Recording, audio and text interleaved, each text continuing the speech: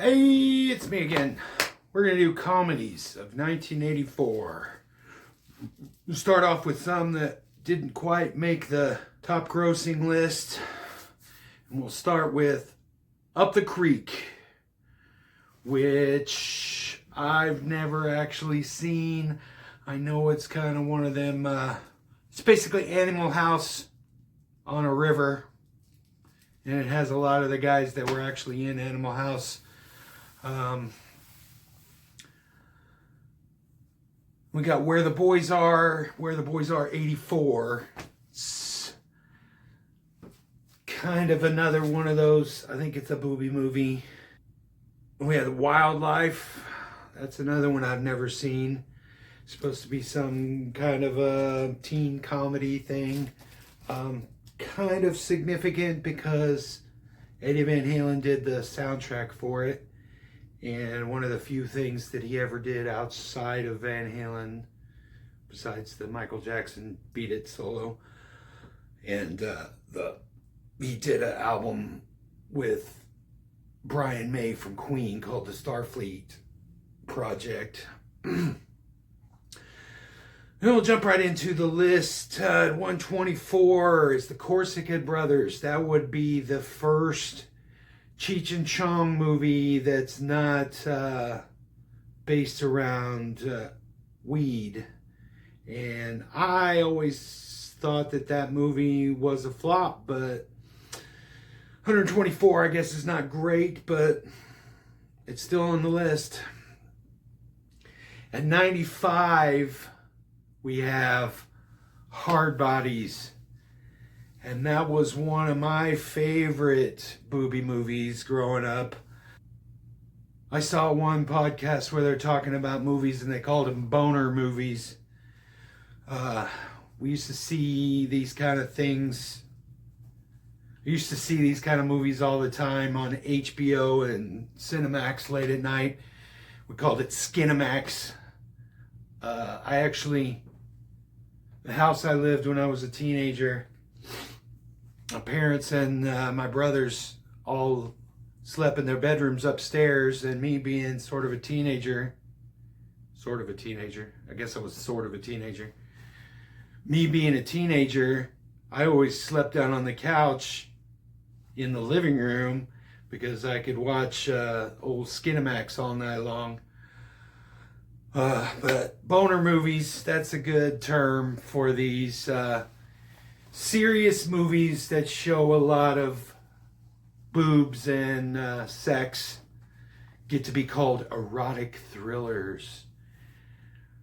But comedies that show a lot of boobs are just boner movies. So what are you gonna do?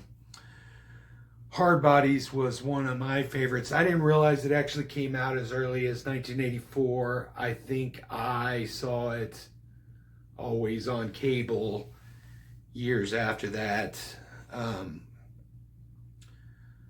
But one fun fact is the band that's in that movie is actually the all-female band Vixen.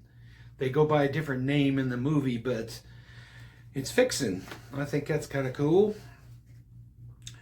Number 67 is Ice Pirates. That was one I always wanted to see. It was kind of like a space movie where water has become a commodity. And so there's these roving bands of pirates that just travel around and trade and steal and trade in water and ice. Hence the name Ice Pirates. It was free on YouTube. I don't know if it still is, but it's a little dumb. I couldn't hardly sit through it. I tried to watch it because I always wanted to see it when I was younger, but oh, it was dumb. Johnny Dangerously is another one that's a little silly, but kind of clever at the same time. It's one of the few movies that Joe Piscopo made when he was kind of at the top of his game. He was still on Saturday Night Live, but Johnny Dangerously is played by Michael Keaton, and he's amazing. This movie also has another one of my actor bingo card, Vincent Schiavelli, who you may not know who that is by the name, but if you saw him, he's that guy that's like, he looks weird. He always plays weird parts.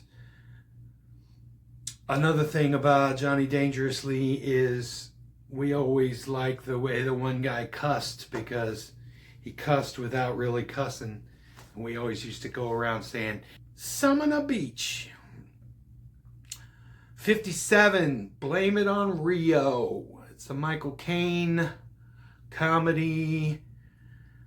Well, a young girl is trying to sleep with him, and turns out the girl is his boss's dad, and they go on a trip to Rio, apparently, and hilarity ensues as she tries to seduce her dad's employee, and or they do sleep together or something. I don't remember. I don't like those kind of movies. 53, another boner movie called Hot Dog the Movie. And I think I've seen it a couple times. It's mildly funny. Shannon Tweed, Mrs. Gene Simmons from Kiss. She's the mother of Gene Simmons' kids and a Playboy playmate. She's super hot, but I don't think she actually gets naked in that movie. 52 is Top Secret. What can I say about Top Secret? Val Kilmer's first movie, Peter Cushing's last movie. And it's one of those Zucker Brothers airplane-like farce, parody, satire movies, whatever they call them. Spoof movies, I guess. They're spoofing World War II movies, like Elvis-y musicals, and spy movies, all mixed together. It's kind of weird. I always remember thinking it was pretty funny when I was a kid, but it's still funny, but I'm not big on musicals, so the songs that they sing just don't really do it for me. It's free on YouTube now, too. Some of the jokes are funny. They're straight up Zucker Brothers. It's always have a serious conversation in the foreground while something wacky is going on behind them. And number 50 is Rhinestone. I don't really remember that movie, but after watching a bunch of clips of it on YouTube, I don't really care too much. It's basically Pygmalion, My Fair Lady, except for Dolly Parton trying to turn Sylvester Stallone into a country singer. And hilarity ensues. Like I said, it's basically My Fair Lady. 49 is Oh God, You Devil, which is the third Oh God movie with George Burns. But the clips I saw, it looked cute and kind of funny. Kind of a family comedy. 44, 16 Candles. Not sure if that's the first John Hughes in his whole series of John Hughes movies, but it's one of the better ones, one of the least problematic as far as the way things held up in our more PC times. Funny seeing Molly Ringwald as more of the nerd as opposed to the prissy princess that she plays in the next year's Breakfast Club. 41, we got The Woman in Red. It's Gene Wilder and Kelly LeBrock, and he's obsessed with this woman he's never met that's got this red dress on, and he finally meets her, and he's trying to cheat on his wife with her. Not a fan of cheating movies. Speaking of cheating movies, We got a few Dudley Moores here. Number 37 is Mickey and Maude. It's a Blake Edwards movie, so it's kind of silly, but basically Dudley Moore and Amy Irving, who a couple of years later would be the singing voice for Jessica Rabbit. And George Gaines, who is the captain or whatever in Police Academy. So he's in a couple of movies this year, but like I said, not a fan of cheating movies. Dudley Moore did another cheating movie called Unfaithfully Yours with Nastassja Kinski, who was in a lot of movies right around this time. But by the title, I assume it's a cheating movie too, so whatever. And the last Dudley Moore movie is actually an Eddie Murphy movie called Best Defense, which I've never seen and never heard of until I was doing research for this video. So in the year that Beverly Hills Cop is out, he also did this other movie that kind of fell between the cracks. So kind of weird. I wonder if it's any good. Also stars Kate Capshaw, who the same year was in Indiana Jones Temple of Doom. Hopefully she doesn't just scream all the way through this movie like she does in Temple of Doom. She's the reason why I hate that movie, because she just squawks all the way through it. 32 is the Cannonball Run 2, which is awesome because there's just so many people in it. Burt Reynolds and Dom DeLuise are a comedy team that just cracks me up because I can tell how much fun they're having. They always do, after the credit or during the credits, they always do bloopers and outtakes. And it's just fun to see how much fun Burt Reynolds had with Dom DeLuise. He just tickled him to death. And it's the last time that the major part of the Rat Pack had ever been together in a movie too, with Frank Sinatra and Sammy Davis and Dean Martin. And the list of people in this movie are just crazy. I just have to do a whole video of the Cannonball Run movies because the people that are in it, everybody from Shirley MacLaine to Jack Elam to Jackie Chan to I can't even think of who else is in it. Just so many people. Number 29, you have The Gods Must Be Crazy. That's one of my favorite movies of all time. I know I say that a lot, but the movies that I like a lot, I really, really like a lot. And The Gods Must Be Crazy is so good. It's just a silly comedy. I should have looked up more of the background on it, but there's a lot of geopolitical stuff that's going on, and there's another story with this woman. I don't know. There's a whole nother subplot. But the main plot is there's this Aboriginal tribe that's living outside in the modern age, and a plane flies over, and the guy drinks a Coke and he throws the glass Coke bottle out of the window. So the tribe finds this Coke bottle and thinks that it's a gift that God has sent them. And so they find ways to use it, to grind grains and use it. They use it for so many different things, but then it starts causing problems because there's only one of them, and the people in the tribe start fighting over it. So the leader of the tribe decides that this isn't a gift, it was a curse. And so he takes the bottle and he's going to walk to the end of the earth and throw the bottle off of the edge of the earth and give it back to the god. And it's just brilliant. Such a good movie. And not too many more comedies. Number 23 is All of Me, which is, I remember from those days. I think if I saw it now, it's probably wasn't appropriate for a 10-year-old to be watching or a 12-year-old to be watching it. But Lily Tomlin and Steve Martin gets to act his crazy self. Steve Martin was like the boomer version of what Jim Carrey was to Gen X.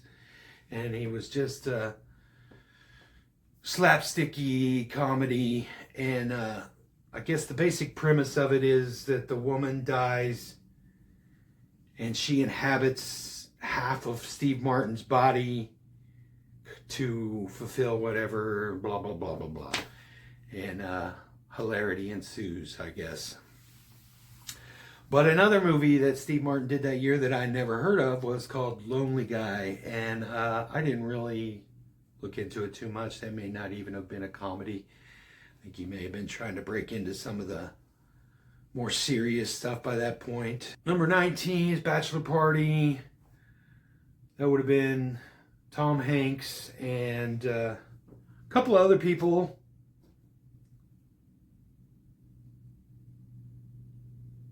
Tom Hanks is going to marry Tawny Kitaen, and sort of a boner movie, but not really, because it doesn't really get too explicit with the sexual stuff. But I remember watching this when I was younger, and I always thought it was funny. But I always thought Tawny Kitaen was naked in it, and it's not. He's going to sleep with somebody at his bachelor party, but it's a superimposed head of Tawny Kitaen on this naked body of the woman he's supposed to sleep with, telling him how he's not doing the right thing and blah, blah, blah, blah, blah. So it's actually not Tawny Kitaen naked in this movie. Other comedy movies, number 16, we have Revenge of the Nerds, which in a lot of ways is kind of problematic now. A lot of consent issues and whatever. It's funny, but not that funny. Speaking of Tom Cruise, number 10, we have Splash, which is the first real big Ron Howard directed movie and one of the first real big Tom Hanks movies. Eugene Levy and John Candy and a bunch of other people. Oh, Daryl Hannah. Ooh, she's in a lot of movies in 1984 too. This was her time. Probably ought to put her on the actor bingo card because she's in several movies in 1984. Number 8 is Romancing the Stone. I was debating on whether Romancing the Stone would be considered a comedy. It's kind of more of an action comedy in the post Indiana Jones world. It kind of reminds me of an Indiana Jones thing. I think it was directed by Robert Zemeckis. And action comedy, I guess you could say. Michael Douglas was still young enough to be doing a lot of action stuff, and his comedy is pretty good. Him and Danny DeVito have a chemistry that really works really well. And Kathleen Turner at about her hottest period. 1, 2, 3, 4, 5, 6. Number 6, we have Police Academy, which Steve Guttenberg doing his best Tom Hanks. He's kind of a Tom Hanks kind of guy.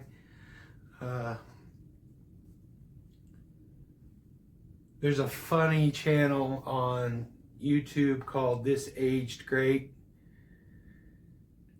and a guy just goes through all these movies and he sings a song. His little theme song to the movie is the past was doing its best, which I think is just hilarious.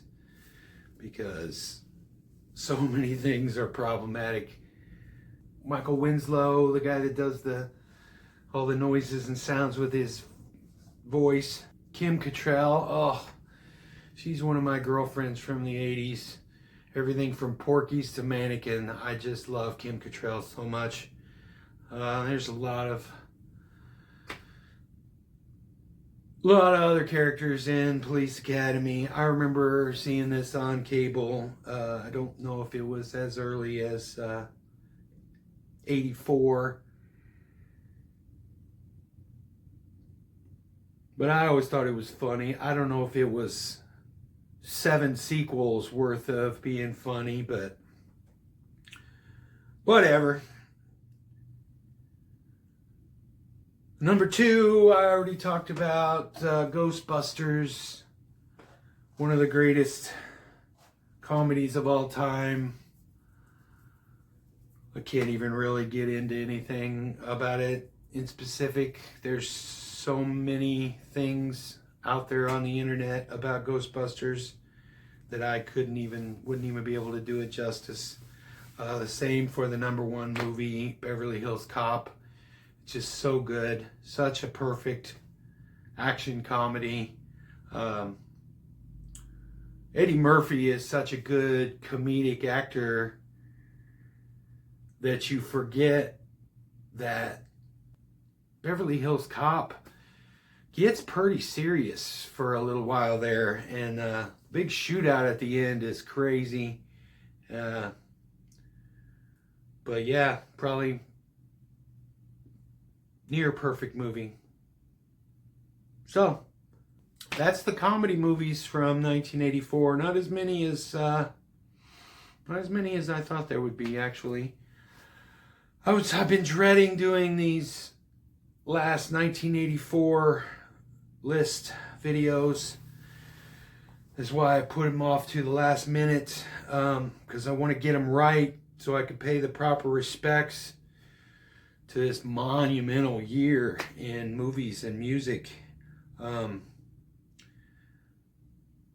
There's just so much, and when I think I'm done making my list, the algorithm throws me a curveball. It says, hey, don't you remember this really highly influential movie that somehow happens to not be on any of the dozens of comprehensive lists that you've studied to make this video? Ugh. It's just frustrating. So I know there's probably a lot I'm going to end up leaving out. There's just nothing I can do about it. Done is better than perfect. I think I've been doing a pretty good job on these. So keep watching. There's lots more to come. We'll get us to the end of the year.